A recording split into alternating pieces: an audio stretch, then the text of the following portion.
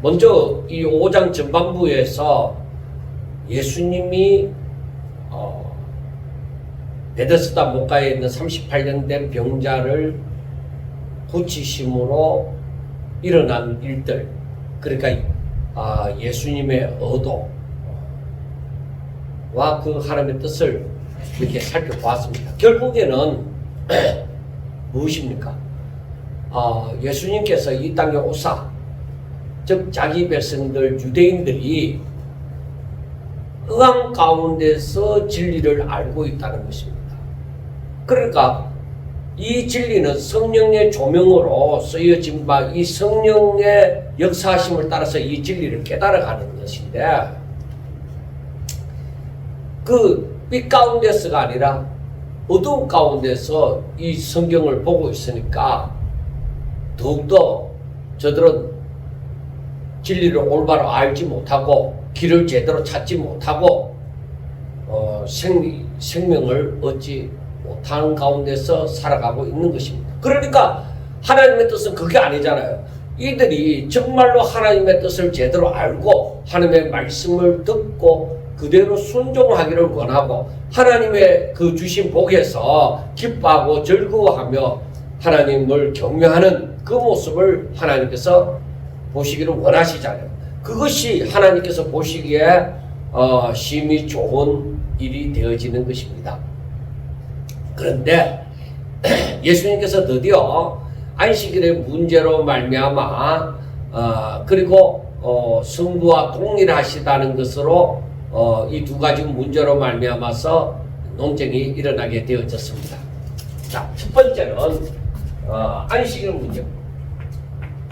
안식일 문제와 또 성부와 동일하다 하는 문제로 말미암아서 유대인들에게 있어서 아주 큰 이 중요한 부분에서 이제 논쟁이 벌어지게 되어지는 것이죠.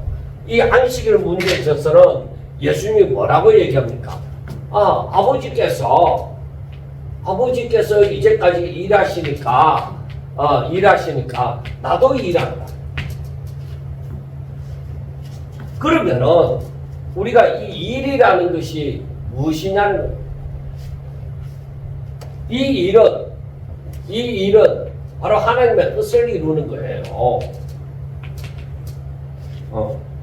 하나님께서 기뻐하시는 일을 하는 거예요. 그리고 우리가 알아야 되는 것이 지난 시간에도 말씀을 드렸지만은 안식이라는 것은 진짜 하나님의 그 품 안에서 평안히 아무 문제가 되어지지 아니하고 다 온전히 해결되어진 가운데서 자유로움으로 하나님의 복을 누리는 겁니다. 하나님 안에서 그 하나님의 복을 누리면서 감사하고 찬양하며 사는 일이에요. 그게 안식이에요. 그 안식이 완성되어지는 나라가 어느 곳이에요? 천국이잖아요. 그게. 자, 성부와 동일하다는 거. 원래 삼위일체 하나님이시잖아요. 삼위일체이신 하나님이신데 우리가 이 인간이 하나님이 될 수 있느냐? 될 수 없는 거예요. 그러니까 유대인의 입장에서 예수님을 바라볼 때는 절대로 사람인 존재가 하나니까 내가 성부와 동일하다고 얘기를 할 때에 문제가 되어지는 것이죠. 그래서 18절 마지막에 보면은 하나님을 자기의 친아버지라 하여 자기를 하나님과 동등으로 삼으심이라 하고 말씀을 합니다. 그러니까 유대인들이 결과적으로 어떻게 되어져요? 결과적으로 예수님을 죽이고자 하잖아요. 그 죽이고자 함이 결과적으로 어떻게 되어져요? 예수님을 십자가에 못 박는 일로 나아가는 거예요.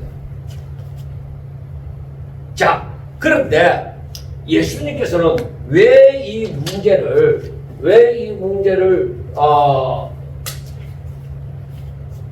끄집어내었을까?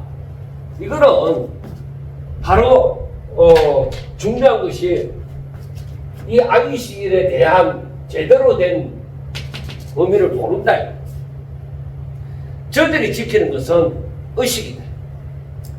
하나님이 말씀하시는 그 진정한 안식을 저들은 누리지 못하고 있는 거예요. 그리고 성부와 동일하다. 그래, 이거는 뭐예요? 내가 메시아다는 것이죠.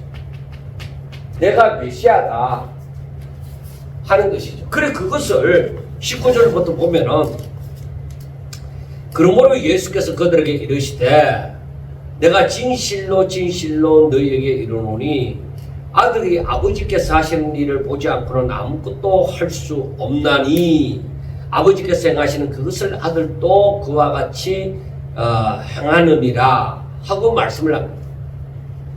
그리고 이 말씀 자체가 뭐예요? 아들이 아버지께서 하시는 일을 보지 않고는, 즉 이것을 제대로 온전히 습득하지 않고 이해하지 않고서는, 깨닫지 않고서는 그 아무것도 할 수가 없다는 거예요. 하나님의 뜻을 알지 아니하고서. 그러니까 여기에서 19절에 있는 말씀은 성부와 동일하다 하는 것을 말씀을 하고 있습니다. 그러니까 아버지와 아들의 그 의지가 일치한다. 그리고 그래서 아버지께서 하시는 일이, 즉 아들이 하는 일이 아버지의 일이고 아버지의 일이 아들의 일이 되어진다는 것을, 아버지께서 행하시는 것을 아들도 그와 같이 행하느니라 하고 말씀을 합니다. 그래서 계속적으로 성부와 성자가 동일하다는 것을, 이 성부와 성자가 동일하다는 것을 계속적으로 얘기를 하고 있는 거예요. 그 다음에 20절에 보면은 아버지께서 아들을 사랑하사 자기가 행하는 것을 다 아들에게 보이시고 하고 말씀을 합니다. 그러니까 우리가 이제 그 다음 말씀에도 마찬가지예요. 그 다음 말씀에도 보면은 아버지께서 죽은 자를 일으켜 살리신 같이 아들도 그 이제 자기가 원하는 자를 살리시느니라 하고 말씀을 합니다. 그러니까 여기에서 보면은 우리가 오히려 할 수 있는 것이 삼위일체 대신 하나님이 되다 보니까 우리가 실질적인 삶에서 이 삼위일체, 삼위일체가 되어지는 부분에 대해서 실질적으로는 잘 못 느낍니다. 그러니까 이 말씀을 읽으면서도 표현이 성부가 성자에게 성부가 더 크신 분이시고 성자가 더 작은 분으로 보여질 수가 있습니다. 성부가 스승이고 성자가 제자인 것처럼 또 보여질 수가 있습니다. 그러나 그것이 아니라 삼위일체라는 것에 대해서 실제적으로 동일하신데 이렇게 표현이 이렇게 되어진다는 거예요. 동일하다는 부분에 대해서 표현이. 그래서 20절에도 아버지께서 아들을 사랑하사 자기가 행하는 것을 다 아들에게 보이시고, 이것은 어떤 의미에서 지식적인 면에서 성부와 성자가 동일하다는 것을 말씀을 합니다. 그러니까 여기서 자기가 행하는 것을 다 아들에게 보이시고 하는 것은, 그러니까 아버지는 능동적이고 그러면 아들은 수동적이냐 하고 생각할 수가 있습니다. 그것이 아니라 바로 겸손입니다.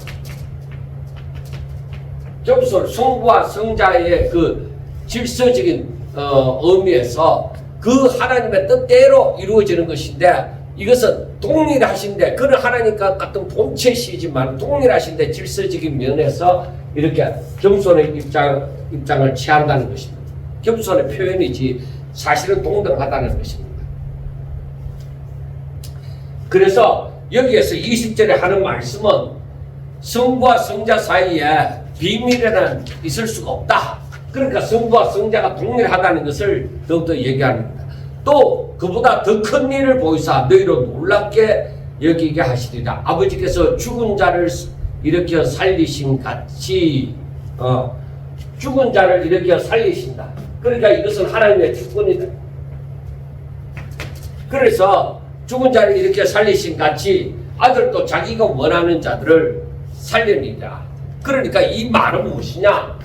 이 주권에 있어서도 성부가 하시는 일을 성자도 그렇게 하실 수 있다. 누구에게 죽은 사망 가운데서 생명으로 옮기시고자 하는 것을 성부가 하실 뿐 아니라 성자도 똑같이 하신다는 겁니다.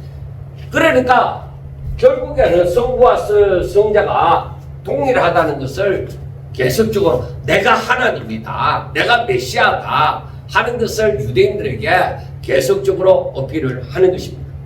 자, 그 다음에 22절을 보면은 아버지께서 아무도 심판하지 아니하시고 심판을 다 아들에게 맡기셨으니, 그러니까 여기에서 이는 모든 사람으로 그렇게 하시는 이유가 모든 사람으로 아버지를 공경하는 것 같이 아들을 공경하게 하심이니라. 아들을 공경하지 않은 자는 그를 보내신 아버지도 공경하지 아니하느니라 하는 이것은 바로 그 영광에 있어서 제일 앞에서는 의지도 같고 지식도 같고 주권도 같고 그 영광도 같다는 것을 말씀을 해주고 있는 거예요. 그러니까 우리가 이 말씀을 가만히 보면은 하나님의 사역이라 하는 것은 성부, 성자, 성령의 사역, 그 사역에 있어서 똑같은 위치에서 질서를 따라서 일을 하신다 하는 것을 우리가 볼 수가 있습니다. 그러니까 이것은 이 심판을 또한 아들에게 다 맡기셨다 하는 것도, 심판의 권한을 맡기셨다 하는 것도 바로 그게 뭐냐, 아버지를 공경하는 것 같이 아들도 공경하게 하려 합니다. 그러니까 사람들이 예수님이 메시아인 줄 알 것 같으면 당연히 그를 공경하게 되어져 있습니다. 그 나중에 뒤에서 나오지만은 이 하나님을 공경한다고 하는 사람은 예수님을 공경하게 되어져 있습니다. 그리고 예수님이 메시아라는 것을 또 알게 되어집니다. 그러니까 아들에게 심판을 맡기신 것은 그분의 권위와 신성을 인정하라는 말입니다. 그 다음에 공경한다는 것이 그분의 사랑과 구원 사역을 믿고 그분께 순종하는 것을 얘기합니다. 그러니까 그분이 하시는 일을 나는 온전히 믿고 그것을 존경한다. 바로 그거예요. 그리고 심판자이신 예수님을 만나는 사람들을 두려움과 깊은 감사와 존경심을 갖도록 만드는 것입니다. 그래서 우리가 아들에게 심판을 하도록 이제 아들에게 다 맡기셨다, 심판을. 그렇게 생각할 때에 두려움이 생기지 어떻게 공경함이 생기느냐, 우리가 그렇게 생각할 수 있습니다. 심판이라는 자체가 옳고 그름을 쫙 가르는 거잖아요. 그런데 심판을 맡기셨다는 것은 어떻게 아들을 공경하게 하고자 합니까? 오히려 그건 두려움이 아닌가, 저분은 심판하시는 분이시야 하기 때문에 내가 두려움이 아닌가, 공경함이 나오는가 했을 때에 여러분 우리가 알아야 되는 것이 23절을 보면 이는 모든 사람으로 아버지를 공경하는 것 같이 아들을 공경하게 하려 합니다. 아들을 공경하지 아니하는 자는 그를 보내신 아버지도 공경하지 않는다는 것이죠. 그러니까 두 부류의 사람이 하나님을, 아버지를 공경하는 자가 있고 공경하지 않는 자가 있다. 그러니까 두 부류의 사람이 있습니다. 하나님을 아버지를 공경하면 아들을 공경할 것이고, 하나님을 공경하지 않으면 아들을 공경하지 않을 것이다, 이 말입니다. 그러니까 두 부류의 사람이 있는데 그러니까 하나님을 공경한다고, 성부 하나님을 공경한다고 하는 사람은 분명히 아들을 공경하게 되어져 있습니다. 그러니까 두려움이 아니라 오히려 하나님께 나아갈 때에 자비로우신 아버지, 나를 지키시고 보호하시고 또 나를 선한 길로 인도하시는 하나님 아버지, 항상 이렇게 다가가지. 하나님 무서운데 내가 억지로 나가야지. 너무 무서워 하면서 나가는 게 아니에요. 정말로 하나님을 알 것 같으면, 정말로 하나님을 사랑할 것 같으면, 정말로 하나님을 공경할 것 같으면 그 아들이 심판자가 되신다 할지라도 바로 심판을 생각하지 않고, 왜 심판을 받지 않으니까? 그 심판을 생각하지 아니하고 오히려 사랑을 가지고서 그분을 몸과 마음과 뜻을 다하여 사랑함으로, 이건 강제가 아니라 내 속에서 우러나오는, 그러니까 심판은 외적으로 이루어지는 것이지만 이 공경은 내적으로 일어나는 거예요. 그러니까 내 마음의 기쁨과 즐거움과 이 진정한 사랑을 가지고 나아가는 것이죠. 심판자이신 그 예수님 앞에. 그러니까 그들은, 그렇게 나아가는 사람은 심판을 생각하지 않는 것이죠. 그러니까 진실로 하나님을 사랑하는 자는, 진실로 아버지인 성부 하나님을 사랑하는 자는 그 아들도 사랑한다는 거예요. 그런 은혜가 주어지는 거예요. 그래서 24절에 보면은 내가 진실로 너희에게 이르노니 내 말을 듣고 또 나 보내신 이를 믿는 자는 영생을 얻었고 심판에 이르지 아니하나니 사망에서 생명으로 옮겼다는 것이죠. 이게 바로 그겁니다. 내가 하나님의 은혜를 받고 보니 하나님이 두려운 존재가 아니라 너무나도 사랑 많으신 분으로 보이시는 거죠. 내가 죄를 품고 내가 그 죄를 숨기면서 하나님 앞에 나아갈 때는 벌벌 떨린다. 왜? 죄가 발각될까봐.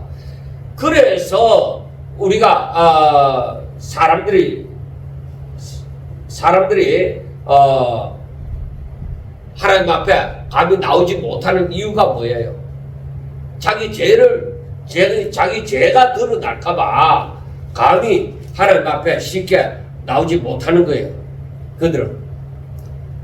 그렇지만은 자기 죄가 사함을 받은 사람들은 어때요? 자기 죄가 사함을 받은 사람들은 오히려 자기 죄가 드러날까봐 뭐 이런 게 없잖아요. 그냥 하나님 앞에 나오는 것이죠. 그래서 우리가 세상에서 정말로 내가 온전히 하나님 앞에 나와서 회개하고 제사함 받았다는 확신이 있는 사람은 하나님 앞에 나아갈 때에 뭐요? 기쁜 마음으로, 가벼운 마음으로 나아가는 거예요. 그러니까 온전히 하나님을 사랑하는 마음으로, 경외하는 심령으로 나아가는 거예요. 그렇지만은 죄를 품고서 그 죄를 회개하지 않고 그 죄를 꽁꽁 싸매고 있으면은 하나님이 그거 모를 줄 압니까? 다 압니다. 그런데 아마 그 본인도 알 거예요. 언제가 발각된다. 그런데 그러면서도 그 죄를 꽁꽁 숨기면서 하나님 앞에 두려운 심령으로 탁 가는 거 눈치 보면서 숨어서, 아담이 죄를 범하고서 상수리 나무 뒤에 숨었던 것처럼 그 숨어 지내는 거예요. 여기서 분명히 얘기하잖아. 내 말을 듣고 나 보내시는 이를 믿는 사람은, 그 사람은 영생을 얻었다. 그 사람은 산다는 거예요. 주의 말씀이 들리워진다. 내가 하나님이 믿어진다. 이건 내가 이미 생명이 내 안에 들어왔다는 거예요. 생명이 들어왔으므로 하나님의 자녀가 되어졌으므로 심판에 이르지 않는다. 하나님이 그 죄를 깨끗하게 사하여 주셨기 때문입니다. 그래서 사방에서 생명으로 옮겨지는 거예요. 그래서 이 사방에서 생명으로 옮겨지는 것은 이 흑암 속에서 사는 사람들이 주의 말씀을 듣고 진정으로 하나님을 믿으면은 저들은 영생을 얻어 사망에서 생명으로 옮겨지는 거예요. 이 역사가 일어나야 되는 거예요. 오늘날 우리들도 마찬가지예요. 하나님 앞에 내 자신을 온전히 열어놓고 하나님이 내 죄를 사하여 주실 것을 믿고 하나님 앞에 나가서 회개하고 통에 자복할 때에 하나님께서 우리의 죄를 사하시고 우리 가운데 역사하시고 우리가 온전히 하나님의 그 사랑 가운데서 이 생명의 역사 가운데서 살 수 있게 하신다는 것을 믿는 믿음이 있다면 우리의 삶이 달라질 것입니다. 예수님은 분명하게 말씀합니다. 여러분 다시금 생각하세요. 내 말을 듣고 나 보내신 이를 믿는 자. 그러니까 영생이 무엇이냐? 유일하신 참 하나님과 그의 보내신 자 예수 그리스도를 믿는 것이다. 나는 곧 그의 명령이 영생인 줄 아노라. 그러니까 그 말이 그 말이잖아요. 내 말을 듣고 또 나 보내신 이를 믿는 자. 그 사람들에게는 생명이 있다. 내게 하나님의 주의 말씀이 내게 들리워진다. 이 말씀이 내게 받아들여진다. 이게 얼마나 큰 복인지 알 수 없습니다. 왜? 하나님이 내 안에 계신다는 거죠. 하나님의 생명이 내 안에 있다는 것이죠. 그래서 나는 이제부터 이 생명으로 살리라는 것입니다. 왜? 이제는 내가 심판을 두려워하지 않는다. 이미 영생을 얻었고 심판에 이르지 아니할 줄을 믿으니까. 그리고 25절을 보면은 진실로 진실로 너희에게 이르노니 죽은 자들이 하나님의 아들의 음성을 들을 때가 오나니 곧 이때라. 듣는 자는 살아나리라 하고 말씀을 합니다. 자, 여기에서 뭐냐면은 죽은 자들이 나오죠. 죽은 자들이 나오고 또 듣는 자는, 자, 죽은 자들은 뭐예요? 죽은 자들이 이 아들의 음성을 들을 때가 온다. 죽은 자들이 이 아들의 음성을 들을 때가 오나니 곧 이때라. 그런데 듣는 자는 어떻게 된다? 살아나리라. 자, 여기에서 우리가 생각해야 되는 것이 죽은 자들은 바로 어떤 자들? 사망 가운데 거하고 어둠의 흑암 속에서 살아가는 사람들입니다. 이들은 바로 죄 가운데서 살고 사단의 지배 가운데서 살아가는 자들이에요. 그래서 여기서 보면은 죽은 자들이 아들의 음성을 들을 때가 온다. 자, 오늘날로 말하면은 이 복음을 어떻게 듣든지 들을 때가 온다. 그걸 전하는 자들이 굉장히 중요한 거죠. 전도가 분명히 이루어져야 돼. 복음 전하는 일이 굉장히 중요하죠. 그래서 이 아들의 음성을 들을 때가 오는데, 그런데 중요한 것은 뭐예요? 이 아들의 음성을 듣는 자는 살아나리라. 그리고 그 듣는 것이 무엇을 얘기하겠어요? 그냥 한 귀로 듣고 한 귀로 흘러버리는 것도 듣는 자라고 얘기를 할까요? 살아난다고 하는 것은 우리가 앞에서 내 말을 듣고 하는 것과 마찬가지입니다. 그래서 이 듣는 자, 그러니까 주의 말씀을 듣고 어떤 의미에서는 주를 영접하는 자이죠. 하나님의 말씀을, 생명의 말씀을 여기는 사람들, 그 사람은 살아난다 이 말이에요. 하나님의 말씀이 들립니까? 성경을 읽으면서 이것이 하나님의 말씀으로, 생명의 말씀으로 들려집니까? 그것이 내 안에 들어와서 생명이 되어집니까? 그러면 그 영혼이 살아나는 거예요. 왜 사람들에게 부흥이 일어나지 않느냐?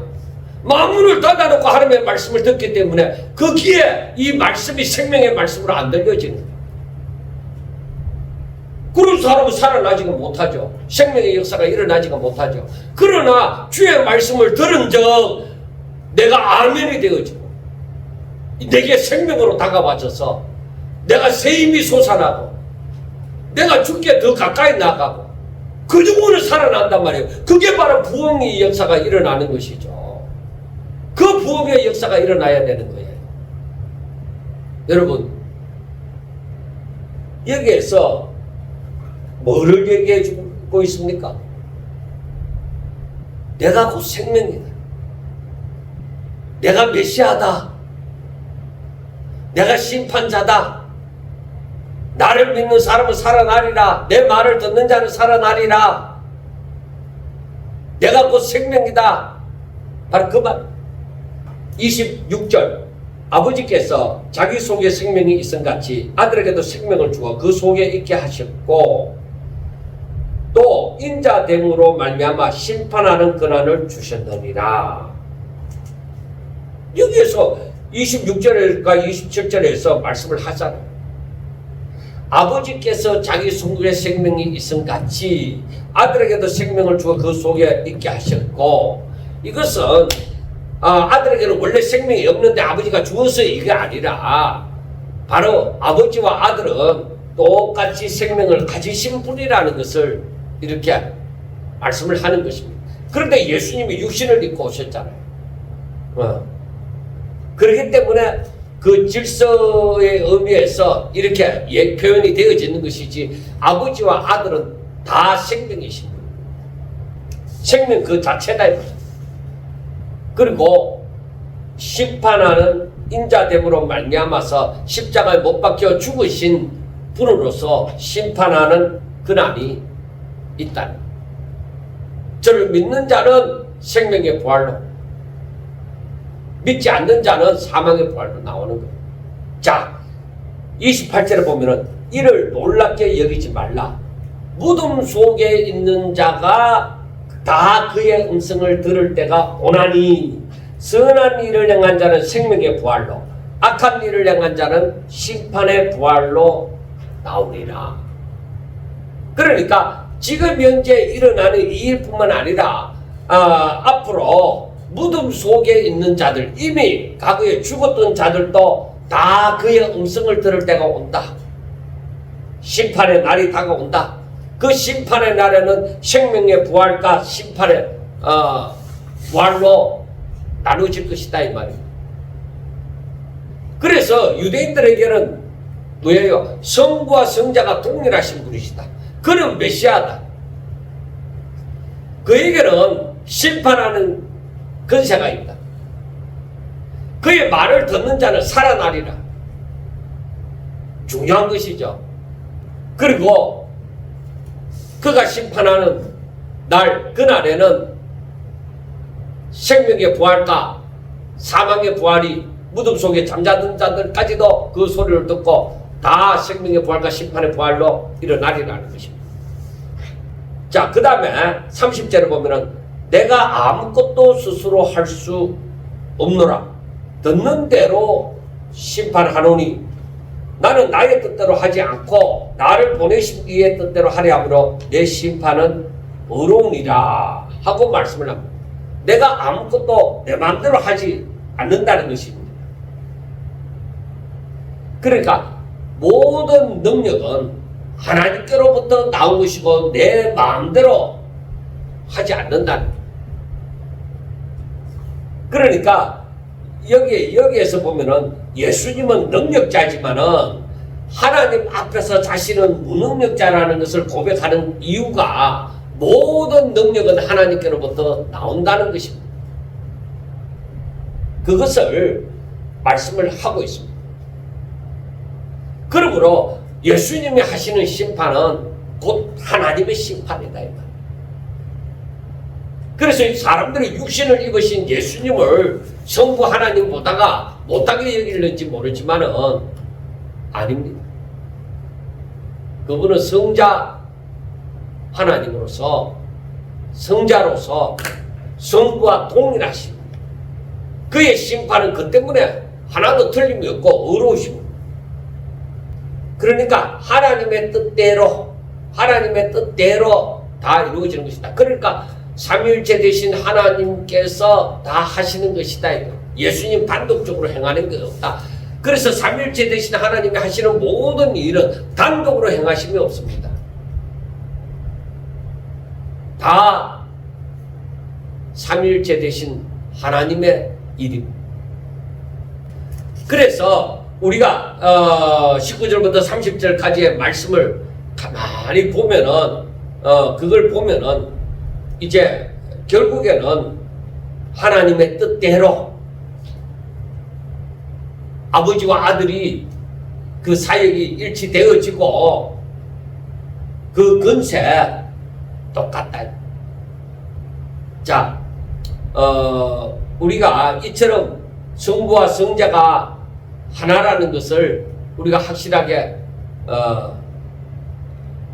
예수님이 나타내심을 통하여서 확실하게 알게 되어지고, 그 다음에 저의 말을 들을 때에 바로 생명의 역사가 일어나고 다시 살아나는, 죽은 자 가운데서 다시 살아나는 역사가 일어나고, 그리고 마지막 심판 때에 바로 생명의 부활로 일어난다는 것을 말씀을 해줍니다.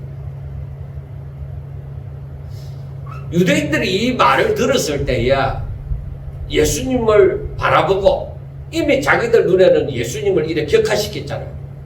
이단과 같이 자기들이 이해할 수 없는 그런 말을 하고 그런 짓을 하니까 자기들이 살아온 것이 그냥 다 무너지는 것 같잖아요. 여러분, 우리의 신앙생활도 마찬가지입니다. 내 마음대로, 내 뜻대로, 내 인생 철학대로 살아온 것이 하나님 앞에 나올 때는 내 의지, 내 고집, 내 모든 것 다 무너져야 됩니다. 그래서 어느 것도 내 뜻대로가 아니라 하나님 아버지의 뜻대로, 하나님의 뜻대로 내 인생이 구축이 되어져 가야 되는 것입니다. 그게 바로 하나님의 자녀된 근세를 누리고, 그게 바로 이 땅에서 하나님의 나라를 누리고, 하나님의 근세를, 하나님 나라의 근세를 또 누리고 하나님의 영광을 보면서 살아가는 거예요. 여러분, 이게 결코 쉽지 않습니다. 결코 쉽지 않습니다. 우리가 지금 다 이해하지 못한다 하더라도 이것을, 이 하나님의 뜻을 제대로 알기 위하여 정말로 하나님께로 더 가까이 나가고 더 말씀을 읽고 더 순복하고 그런 일이 일어나야만 됩니다. 그게 하루아침에, 결코 하루아침에 되는 일이 아닙니다. 제가 성경을 보면서 하나님께서 얼마나 사람을 연단시키는지, 왜 하나님의 사람이 되어지기까지 얼마나 연단시키는지 모릅니다. 하다못해 제자들도 마찬가지뿐만 아니라 사도 바울도 마찬가지입니다. 얼마나 연단시키는지 모릅니다. 그래서 사도 바울이 그만큼 연단을 받고 이 하나님의 뜻을 깨달았으므로 정말 사도 바울이 쓴 서신을 보면은 구절구절이 정말로 놀라운 말씀을 하고 있는 것입니다. 그래서 우리의 믿음이 자라지 않고서 그 말씀을 읽었을 때는 쉽게 해석이 안 되진다. 그 말을 온전히 이해할 수가 없습니다. 그래서 믿음이 자라면 자랄수록 그 바울 서신을 보면서 더 큰 은혜가 임하게 되어지는 것입니다. 진짜 모든 말씀이 다 주옥 같은 말씀이지만은 정말로 바울이 이런 것을 이만큼 깨달았으니까 이런 말을 하구나 하는 것을 깨닫게 되어지는 게 너무 많습니다. 이거는 성경 말씀을 암송한다고 해서 알아지는 거 아닙니다. 이거는 내 믿음의 수준에 올라가고 내 영이 부유하게 되어져야 그걸 알게 되어지는 것입니다. 자, 그 다음에 31절부터 보면은 예수님의 근세에 대한 그 증거가 나옵니다. 그런데 여기에서 그 증거가 뭐냐면 31절에 내가 만일 나를 위하여 증언하면 내 증언은 참되지 아니하되 나를 위하여 증언하는 이가 따로 있으니 나를 위하여 증언하는 그 증언이 참인 줄 아노라 하고 말씀을 합니다. 그런데 요한복음 8장 14절에 보면은 거기에서는 뭐라고 말씀을 하느냐 하면은 예수께서 대답하여 아니 그 앞에 12절 말씀부터 보겠습니다.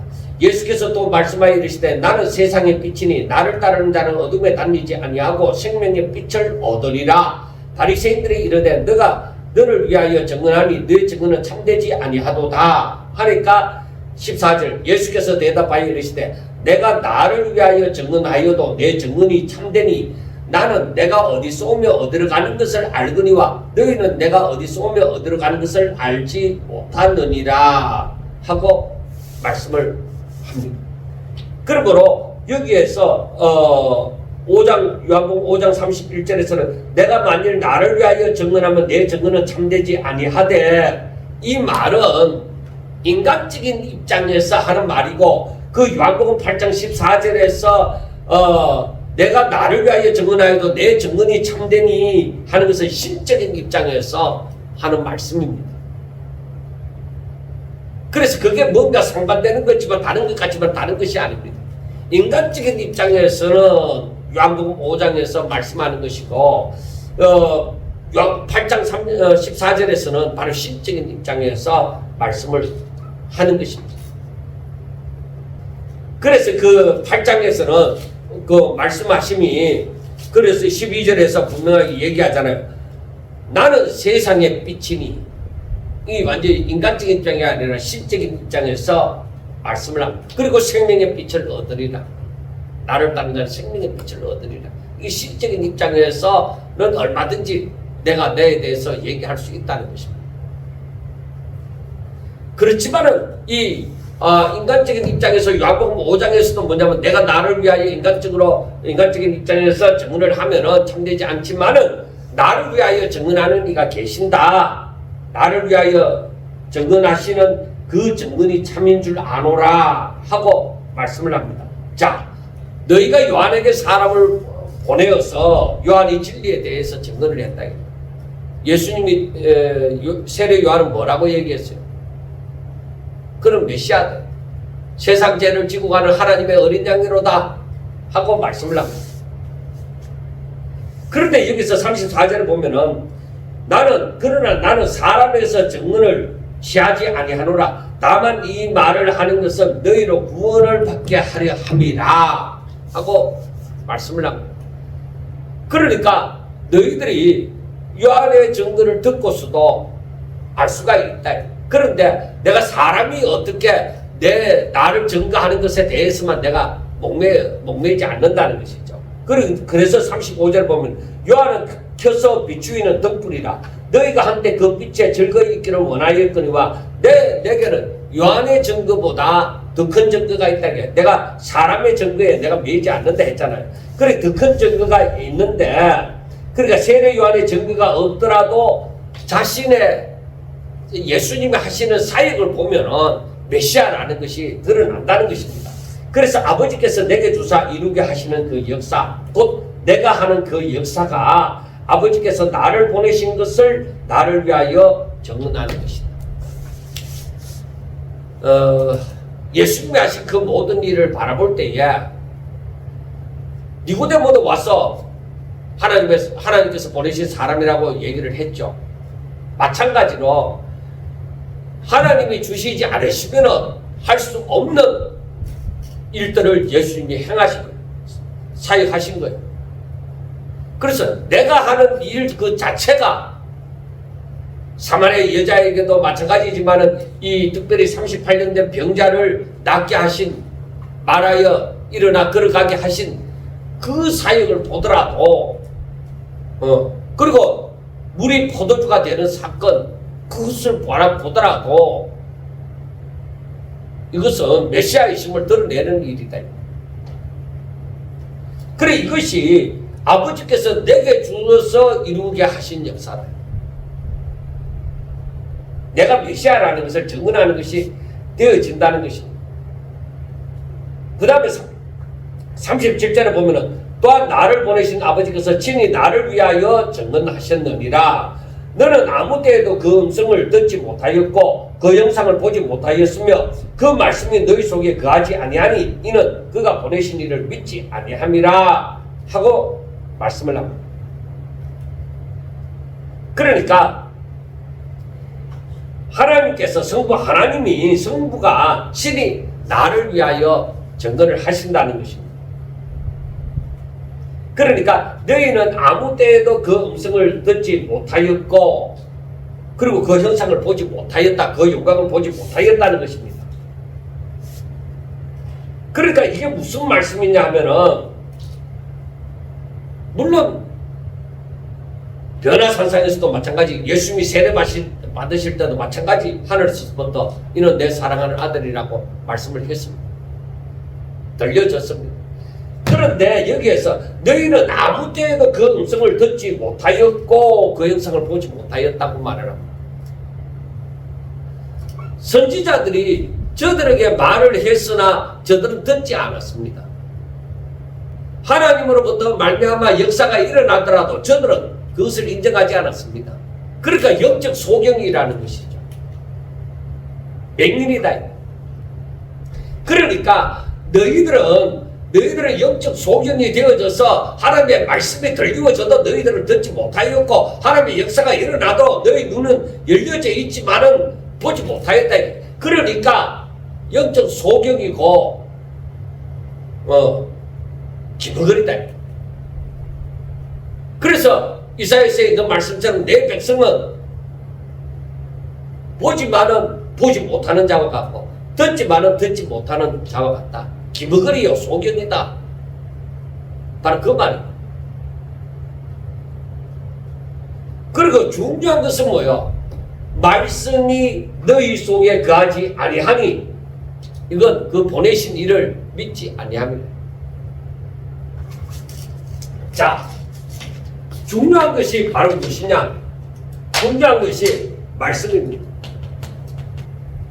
말씀이 너희 속에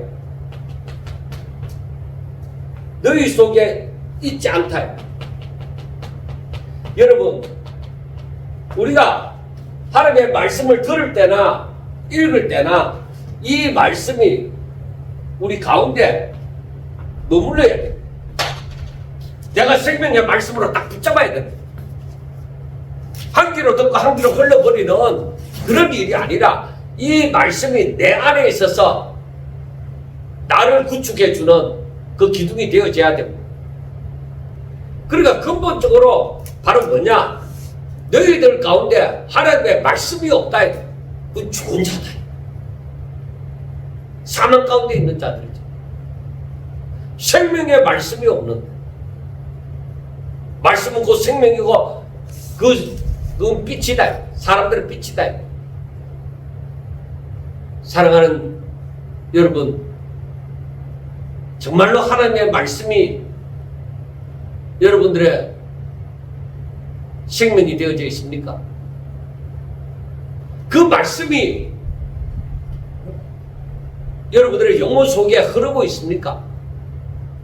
그 뜻대로 살고자 하는 그 마음이 충만합니까? 내 뜻 이루는 것이 아니라 하나님의 뜻대로 살고자 하는 그 마음이 충만하십니까? 하나님의 말씀이 생각나고 하나님의 말씀이 깨달아지고 하나님의 말씀대로 순종하고자 하는 그 뜨거움이 일어나야만 됩니다. 그만큼 말씀이 생명인 줄 알고 사모하셔야 돼요. 하나님의 말씀이 내 안에 생명으로 거하게 되어질 때 나는 살아난 거예요. 당신 구원 받았습니까? 뭐 어떻게 죽으면은 내일 아침에 전국에서 눈 뜰 자신이십니까? 그 얘기 할 거 없어요. 내 안에 하나님의 말씀이 살아있다. 내 안에 하나님의 말씀이 거한다. 더 이상 무슨 말이 필요합니까? 언제 구원 받았습니까? 그런 쓰잘데없는 얘기 할 거 없어요. 하나님의 말씀을 믿지 아니하면 그 그 말씀이 아무리 지식적으로 알고 있다고 해도 하나님의 생명이 없는 것이죠. 하나님의 자녀가 되지 못한 것이죠. 우리가 한번 깊이 생각해 보시기 바랍니다. 예수님은 이 일로 말미암아 오셨습니다. 우리 살리려고, 우리에게 생명을 주시려고, 그 생명으로 말미암아 살게 하시려고.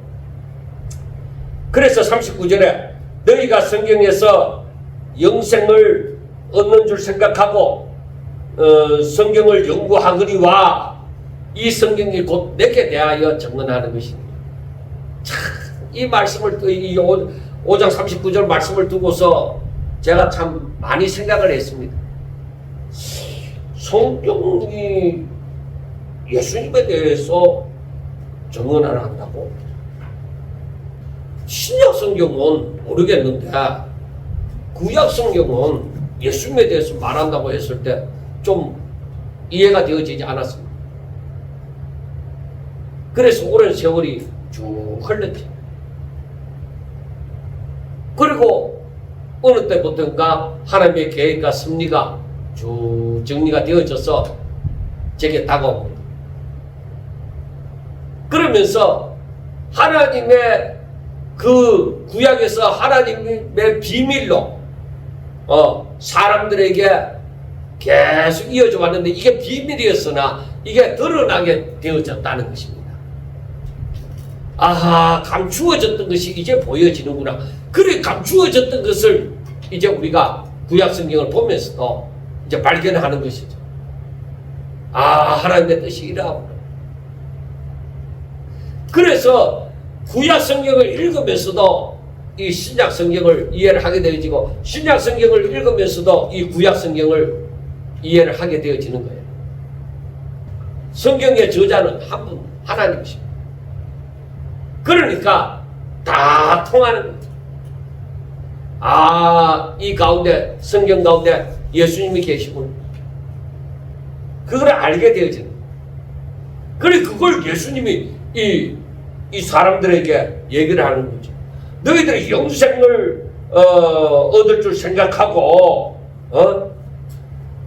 성경을 연구한다는 것이죠. 그래서 우리가 고린도전서 한번 봅니다. 고린도전서 15장에 한번 보면은 거기에서 이런 말씀이 있습니다. 15장 3절부터 보면은 내가 받은 것을 먼저 너희에게 전하였노니 이는 성경대로 그리스도께서 우리의 죄를 위하여 죽으시고 장사 지낸 바 되으셨다가 성경대로 사흘 만에 다시 살아났사 하고 말씀을 합니다. 그리고 구약에서 말씀하고 있는 것이 뭐예요? 예수님에 대해서 말씀하고 계셨다는 것입니다. 그래서 말씀되어진 것이 이 신약성에 돌아서 예수님이 이 땅에 오셔서 다 이루셨다. 여러분, 지금 제가 좀 더 자세하게 얘기한다고 해도 여러분들이 다 이해하리라고는 생각하지 않습니다만은 저도 부족하여서 어느 정도만 알 뿐입니다. 그래서 좀 더 알기를 원하고 좀 더 알기를 원합니다. 여러분, 그래서 성경을 읽으면서 어느 부분을 보더라도 하나님의 그 계획과 섭리가, 즉 하나님의 뜻이 깨달아지고 그래서 성경을 내 멋대로 해석하는 것이 아니라 사사로이 푸는 것이 아니라 진짜 그 성령의 조명하에 풀어나감이 되어져야 됩니다. 그런데 영생을 얻기 위하여 성경을 연구를 하고 하잖아요. 성경을 읽잖아요. 그런데 40절에 보면은 그러나 너희가 영생을 얻기 위하여 내게 오기를 원하지 아니하는데. 여러분,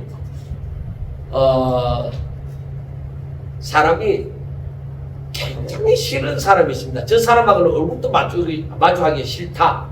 이런 사람이 있을 수 있잖아요. 몰라, 여러분들에게 없었는지 모르지만은 괜히 그래도 끄려 여기지는 사람 있잖아요. 안 마주쳤으면 좋겠다 하는 사람. 그런 사람이 없다가 갑자기 신앙생활 하다가 생겼다. 그러면 그 사람 보기 싫어서 안 만나기 위해서 그곳에 가지 않는 거야. 그럴 수 있잖아요. 그래서 제가 살면서 많은 생각을 했습니다. 아, 이건 아니다.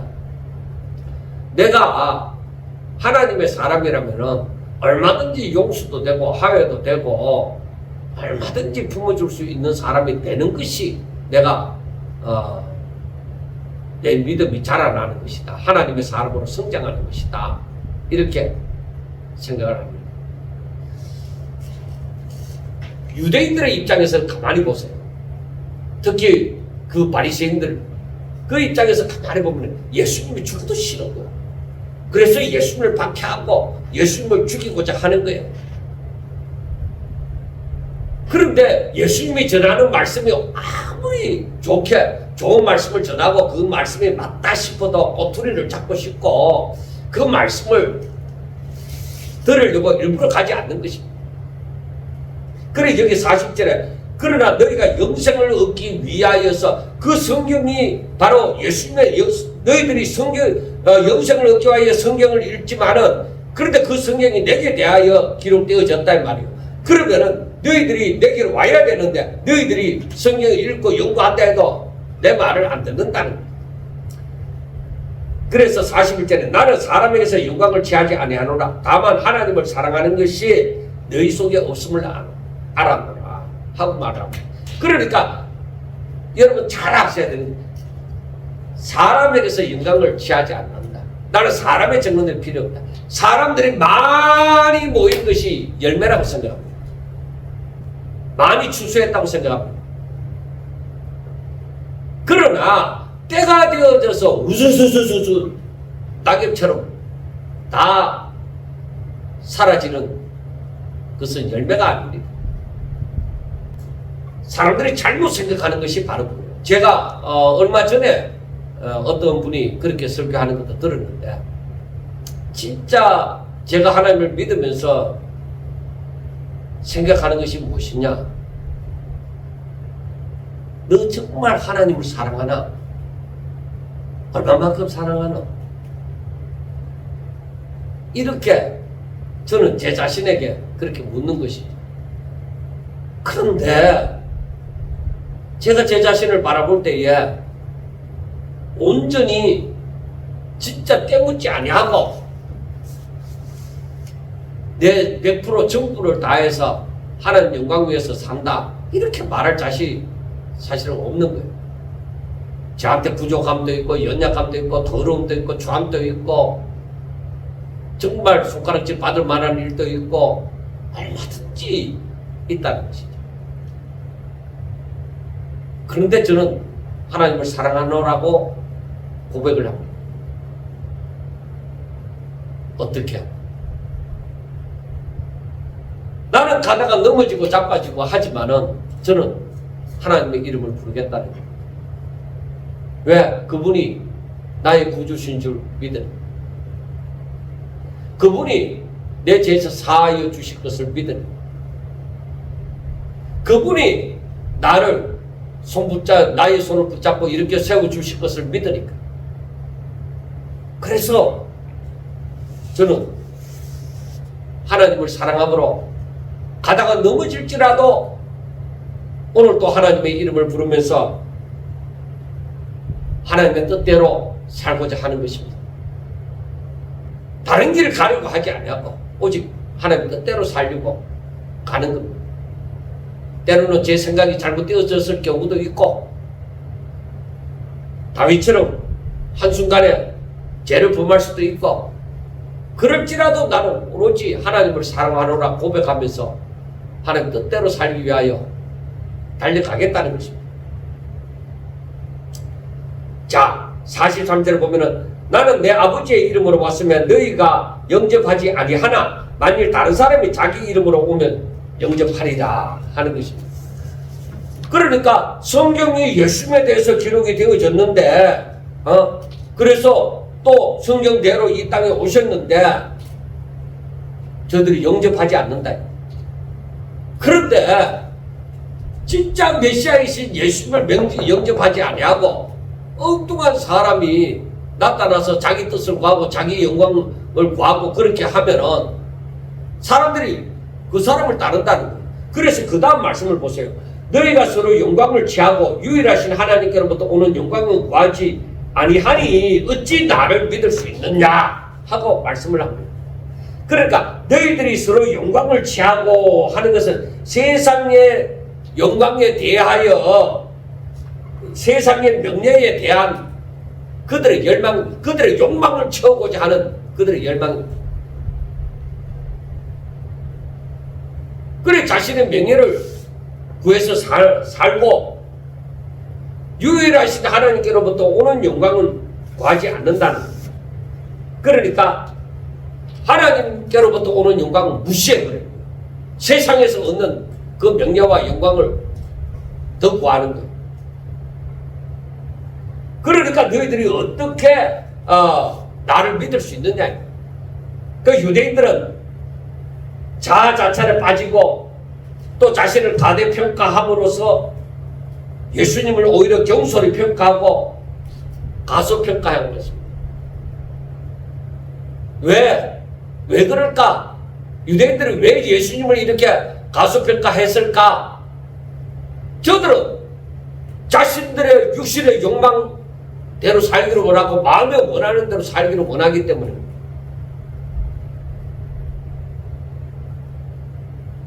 그러니까 이 예수님의 하시는 말씀하고 안 받는 것이죠. 오늘날에도 수많은 사람들이 이 땅에 살아가고 있습니다. 하나님을 믿는다 하고 살고 있습니다. 그런데 자기의 명예를 위해서 자신의 육신의 욕망을 위해서 살아가는 사람들은 하나님 영광을 구하지 않습니다. 오히려 그걸 이용을 하는 것이죠. 하나님의 이름으로 자기 뜻을 이루려고 하는 사람들이 얼마나 많은지 모릅니다. 그 부분에 대해서는 뭐 많이 말하지 않겠습니다. 그러니까 자신에 대한 그 자신이 차지하기를 원하는 세상 영광에 대한 야망이나 욕망은 하나님을 믿는 데 있어서 큰 장애물이 되어집니다. 그러니까 내가 하나님보다 더 사랑하는 것이 있으면은 세상의 것을 그래도 내가 많이 취하고자 하는 그 마음이 있으면은 하나님의 영광을 구하는 데 있어서 전부 다 이게 장애물이 되어지는 것입니다. 안 맞는 겁니다. 그래서 45절 보면은 내가 너희를 아버지께 고발할까 생각하지 마라. 너희를 고발하는 이가 있으니 곧 너희가 바라는 모세니라 하고 말씀을 합니다.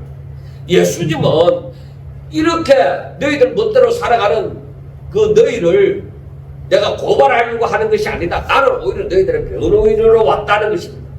하나님과 사람 사이를 화목시키러 왔다는 것입니다. 그런데 46절에 보면은 너희를 고발하는 이가 있으니 곧 너희가 바라는 자 모세니라 하고 말씀을 합니다. 모세는 유대인들에게 있어서 굉장히 존경을 받는 인물이잖아요. 그래서 모세를 믿었더라면 또 내 말을 또 나를 믿었으리니 합니다. 모세를 믿었더라면 나를 믿었을 것이다. 이는 그가 내게 대하여 기록하였습니다. 하고 말씀을 합니다. 그 율법의 예수님이죠. 그 율법은 온전하지 않아서 그걸 완성하시는 분은 누구예요? 예수님이십니다. 율법은 사람들에게 죄이 있다고 선고하시는 것입니다. 그래서 이 율법을 전한 모세가 오히려 너희들을 고발한다는 거예요. 그 율법이 너희들을 항상 너희들이 지키고자 하는 그 율법이 너희들을 죄인으로 판단한다는 것이죠. 예수님이 너희들 고발하는 게 아니라 예수님만 오히려 화목시키는 오셨어요. 그러니까 유대인 지금까지 보면은 이 유대인들이 잘못 알고 있다는 거예요. 그래서 47절 마지막에 보면은 그러나 그의 걸 또 믿지 아니하거든 어찌 내 말을 믿겠느냐. 여러분 모세는 그리스도와 그의 가르침에 대한 증인이었습니다. 모세의 율법 중 의식법은 장차 임하실 그리스도에 대한 모형이었습니다. 사실 이들은 모세의 이름에 기대를 걸었지 모세가 가르친 그 교훈대로 받아들이지는 않았습니다.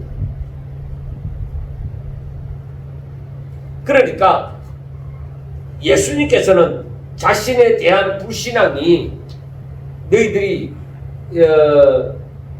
예수님에 대한 불신앙이 바로 너희들을 정죄한다는 것입니다.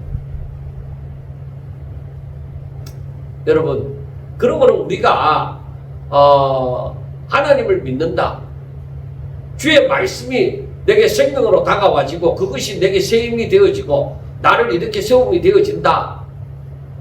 이것을 느낄 때는 큰 복이죠. 진짜로 이건 큰 복이죠. 사랑하는 여러분, 정말 주의 말씀에 대해서 내 마음이 열려져 있고 그것이 아멘으로 받아들여지고 그래서 내가 하나님 뜻대로 살고 싶은 마음이 생기는 것은 하나님의 은혜입니다. 내 발걸음이 온전히 하나님의 뜻대로 순종하는 데 있어서 옮겨진다면 그건 복입니다. 사랑하는 여러분, 하나님은 천지 만물의 창조자이시고 통치하시는 분이십니다. 하나님의 말씀을 조금도 의심할 것이 없고 정말로 누가 어떻게 살든지 뭐라고 얘기하든지 그 말씀을 성령이 가르쳐 주신 대로 믿고 의지하고 그래서 주와 동행하는 자, 하나님의 기뻐하심을 입는 자, 진짜 하나님의 생명이 충만한 자가 되시기를 주의 이름으로 축원합니다. 감사합니다.